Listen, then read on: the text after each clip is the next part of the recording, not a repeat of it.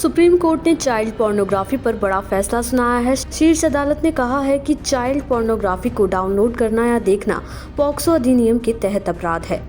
CJI D Y Chandrachud, justice जेबी पारदीवाला और justice Manoj Mishra की पीठ ने ये फैसला सुनाया। जी हां, याचिका में मद्रास हाई कोर्ट के फैसले को चुनौती दी गई थी, जिसमें कहा गया था कि केवल चाइल्ड पोर्नोग्राफी डाउनलोड करना और देखना पॉक्सो अधिनियम और सूचना प्रौद्योगिकी कानून के तहत अपराध नहीं है। सुप्रीम कोर्ट ने यह भी कहा कि चाइल्ड पोर्नोग्राफी की जगह child sexual exploitative and abusive material शब्द का इस्तेमाल किया जाए। केंद्र सरकार अध्यादेश लाकर इसमें बदलाव करे और अदालत भी चाइल्ड पोर्नोग्राफी शब्द का इस्तेमाल ना करे।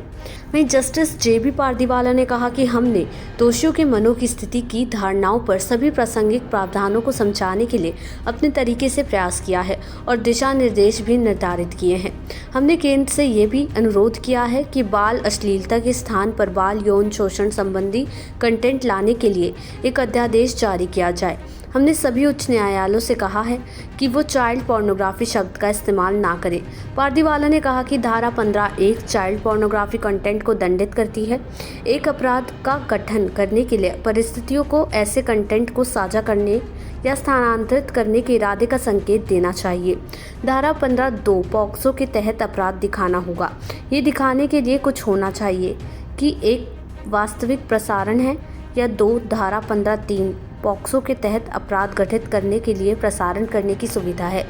वहाँ ये दिखाने की कोई आवश्यकता नहीं है कि कुछ अर्जित किया जाए।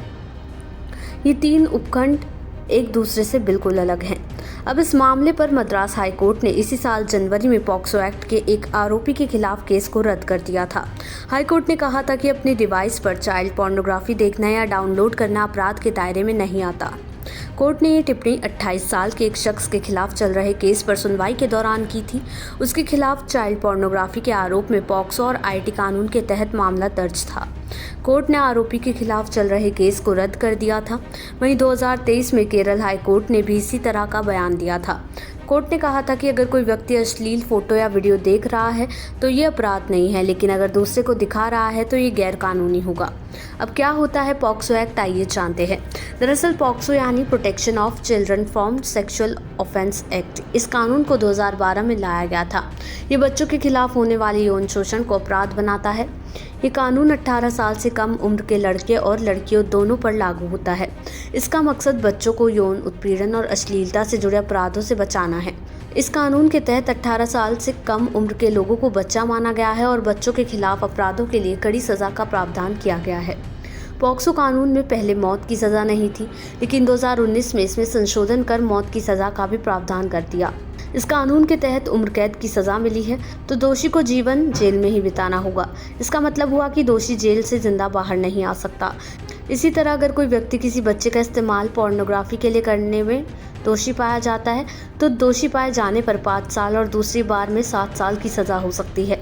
अगर कोई व्यक्ति बच्चों से जुड़ी पोर्नोग्राफी का कमर्शियल इस्तेमाल करता है तो पहली बार दोषी पाए जाने पर 3 से 5 साल की जेल या जुर्माना या दोनों की सज़ा हो सकती है। दूसरी बार दोषी पाए जाने पर 5 से 7 साल की जेल या जुर्माना या दोनों की सज़ा का प्रावधान है। देश दुनिया की ऐसी ही तमाम खबरों के लिए देखते रहें समय डिजिटल।